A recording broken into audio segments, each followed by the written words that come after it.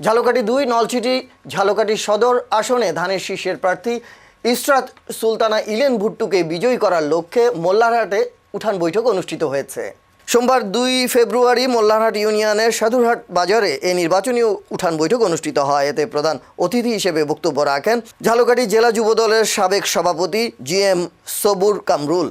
আবুল মিনার সভাপতিত্বে এতে আরও উপস্থিত ছিলেন মোল্লারহাট ইউনিয়ন বিএনপির সভাপতি আব্দুল সালাম হাওলাদার, সাধারণ সম্পাদক আব্দুর রাজ্জাক শিকদার, সাংগঠনিক সম্পাদক ফিরোজ আলম জমাদ্দার, সিনিয়র সহসভাপতি জাকির হোসেন বাচ্চু, ইউনিয়ন যুবদলের সাধারণ সম্পাদক মোহাম্মদ খোকন, যুবদল নেতা GK সোহাগ, যুবদল নেতা মিলন হাওলাদার, ZA ভুট্টু ডিগ্রি কলেজের ছাত্রদলের সাধারণ সম্পাদক রিমন মোল্লা, সিনিয়র সহসভাপতি ইমন হোসেন সহ বিএনপি ও অঙ্গ সহযোগী সংগঠনের নেতৃবৃন্দ।